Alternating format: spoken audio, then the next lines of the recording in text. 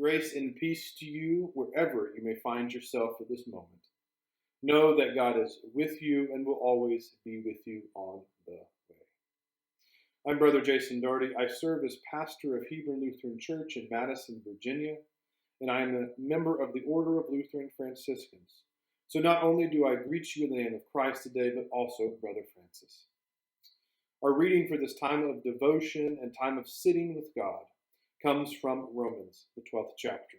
And so Paul writes, I appeal to you, therefore, brothers and sisters, by the mercies of God, to present your bodies as a living sacrifice, holy and acceptable to God, which is your spiritual worship. Do not be conformed to this world, but be transformed by the renewing of your minds, so that you may discern what is the will of God, what is good and acceptable and perfect. This is the word of God, which is word of life. Now, as we begin, I have a question for you. But please do pay attention to how I ask it. It's a mischievous one. What is the first thing in creation? First thing happening in creation. Now, I gave you a little clue. I said in creation. But also pay attention to the tense of creation. We're not in the verb of creating, we're in creation itself.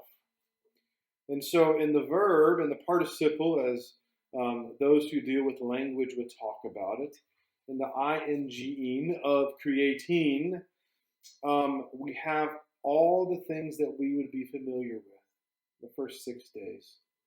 But on the seventh day of creation, the act of everything already being created, what does God do? God rests.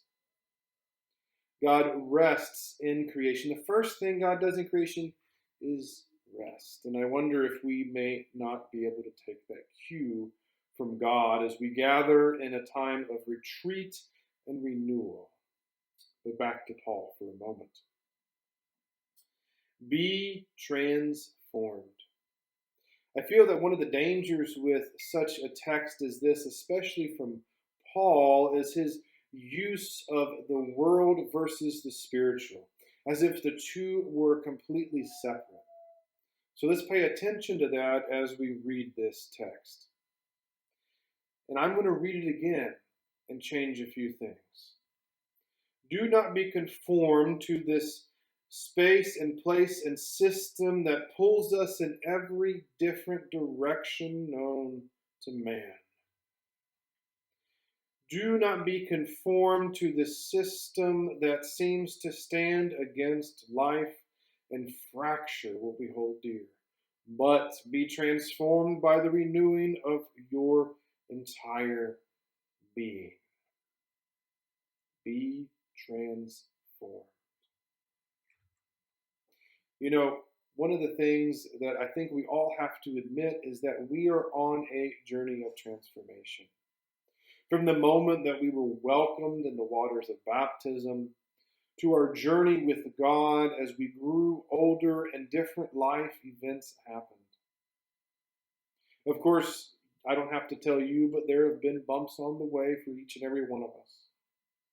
One of my favorite spiritual writers, Richard Rohr, would say, transformation comes in one of two ways.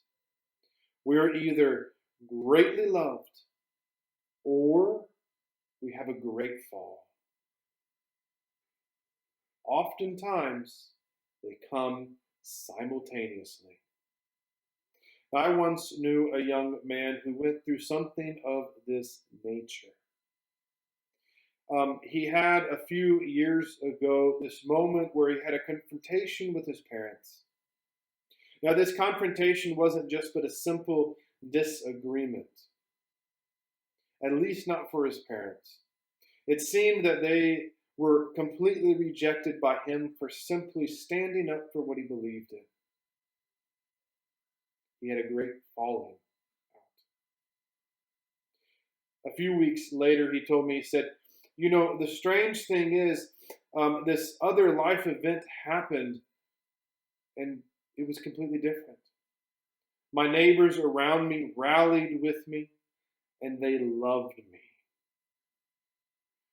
And he would go on later to reflect that that was the moment that things seemed to change for him.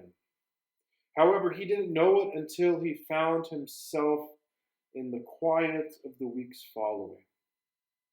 Henry Nouwen, a wonderful spiritual author, would equate this to the movement from loneliness or the movement from fall into solitude. That these moments of falling and being greatly loved at the same time are invitations into the heart of God. If we will but stop and listen and dwell in the restful silence. Henry goes on in a quote to say, "Solitude is the place of purification and transformation, the place of great struggle and the great encounter." In other words, those moments that we pause, such as on a retreat like this, take time to rest, to renew, to find solitude amidst the noise of our daily lives.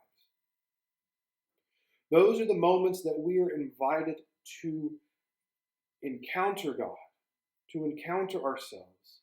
Yes, to encounter our woundedness. Yes, to encounter our great fallings, the ways of this world, but also to encounter the one that is love, the one that calls us into transformation and invites us to walk with him daily in each and every moment. I pray you find that on this journey over these next few days, that you may be transformed in the renewing of your minds, the renewing of your being, in the solitude with God. Peace